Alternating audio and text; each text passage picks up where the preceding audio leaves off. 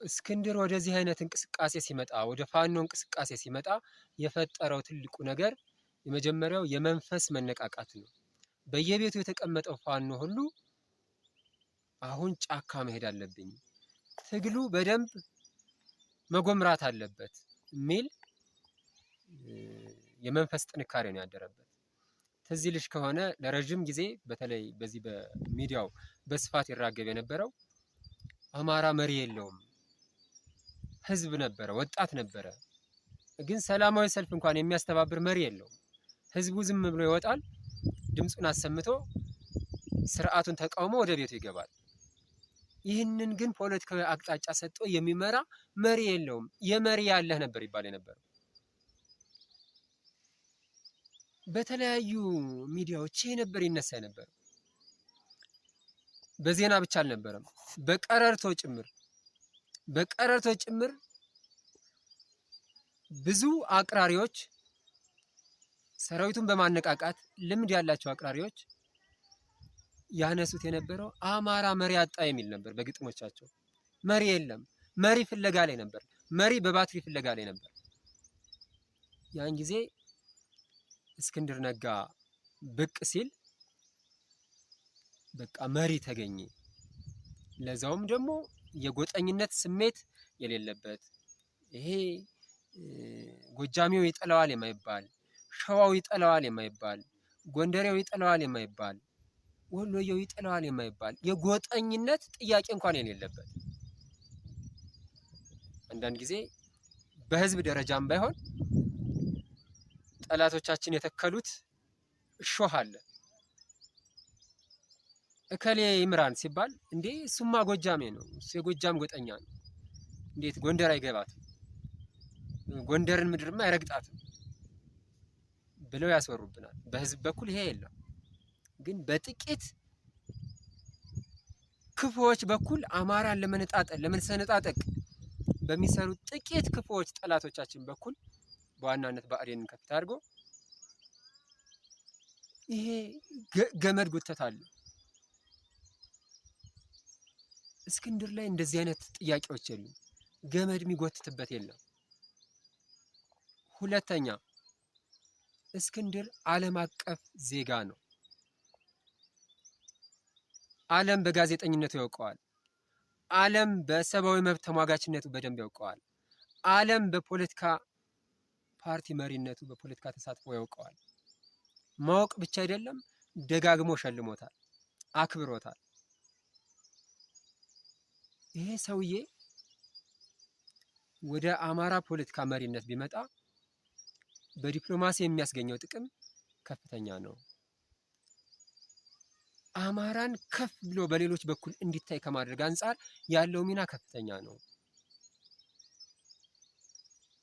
ሶስተኛ ባለው የፖለቲካ ተሳትፎ ልምድ ከእድሜም ከንባብም ከተሳትፎም ከትምህርት ዝግጅትም ጭምር ካየነው የተሻለ የምንለው መሪያችን ነው። ስለዚህ እሱ የአማራ ህዝብ መሪ ሆኖ ሲመጣ ብዙሃኑ ደስተኛ ነው። ብዙሃኑ የምለው እንደው ዝም ብዬ ሁሉም ላለ ማለት ነው። አንድ ሰው ሁለት ሰው እንኳን በምቀኝነት የሚሆን በፖለቲካ ሴራ የጠላ እንኳን ቢኖር ብዬ አስቤ ነው። እንደዚህ አይነት የህዝብ ማዕበል ግን ወጥቶ ደግፎታል፣ ደስተኛ ሆኗል። ወዲያውኑ የሚዲያው መንፈስ ነው የተቀየረው። አማራ መሪ ያገኘ ያውም ታላቁ እስክንድር ነጋ እየተባለ በጣም በደስተኝነት የትግሉ መንፈስ መቀጣጠል ጀመረ። ይሄን ብቻ አይደለም ያደረገው። በጎጃም፣ በሸዋ፣ በወሎ ቤት አማራ፣ በጎንደር ወኪሎችን አሰማራ። አደረጃጀቶችን የሚሰሩ ግንኙነቶችን ፈጠረ። እኔ ራሴ ባለሁበት በተለይ በጎጃምና በጎንደር አካባቢዎች እየተንቀሳቀሰ አብሮ ብዙ ኪሎ ሜትሮች በረሃ እያቆራረጠ ዳገት እየወጣ ቁልቁለት እየወረደ እየተንከባለለ የአማራን ፋኖ ለማደራጀት ተንቀሳቀሰ። ደግሞም ተሳካለት። በደንብ ንቅናቄ መፍጠር ቻለ። እና ያ እሱ የሰራው እርሾ ህዝባዊ ማዕበል ሆኖ ፈነዳ። በተለይ ከሐምሌ 27 2015 ዓ.ም ጀምሮ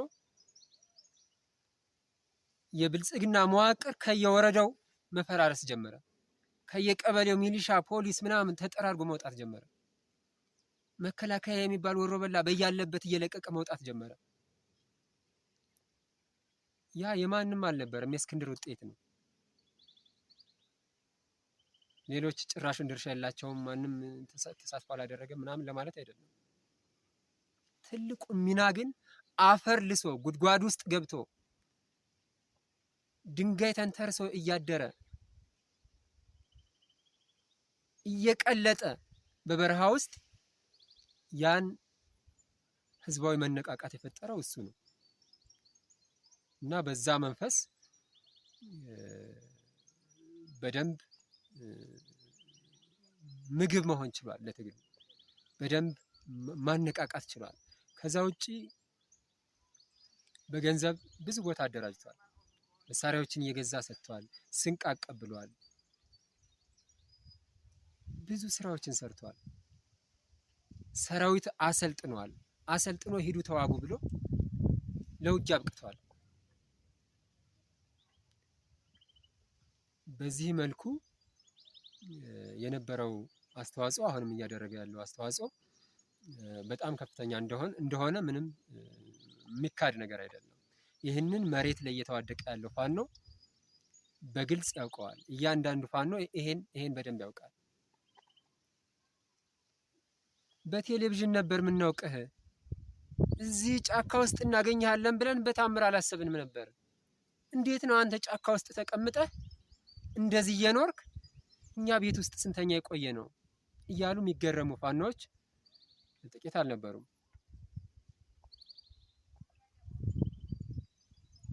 ስለዚህ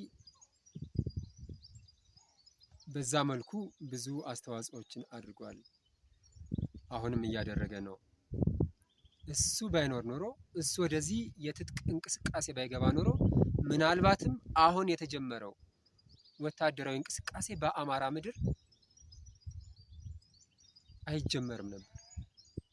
ብዙዎች እኮ ትግሉን ወደ ሳሎን ትግል ለማውረድ ጥረት አድርገዋል። የፌስቡክ ትግል ለማድረግ ብዙ ጥረት አድርገዋል። ህዝባዊ እምቢተኝነት፣ አመጽ፣ ገለመሌ በሚል ብዙ ጥረቶች አደረጓል። እኛ ከተማ ገብተን መጠነኛ መስዋዕትነት ከፍለንም ቢሆን ንጹሃንን ደህንነታቸውን ባስጠበቀ መልኩ በተቻለ መጠን የከተማ ውጊያማ አድርገን ቢሆን ቤተ መንግስቱን መቆጣጠር አለብን፣ 4 ኪሎን መቆጣጠር አለብን እያልን ባለበት በአሁኑ ሰዓት በከተሞች አካባቢ የሚያስፈልገው እኮ ህዝባዊ አመጽ ነው፣ ህዝባዊ እምቢተኝነት ነው። የከተማ ህዝብ መዋጋት ያለበት በሰላማዊ ትግል ነው እያሉ በአብዮት በምናምን ስም ሸፋፍነው የሚቀሰቅሱ የጌሾ አርበኞች ሞልተዋል እኮ።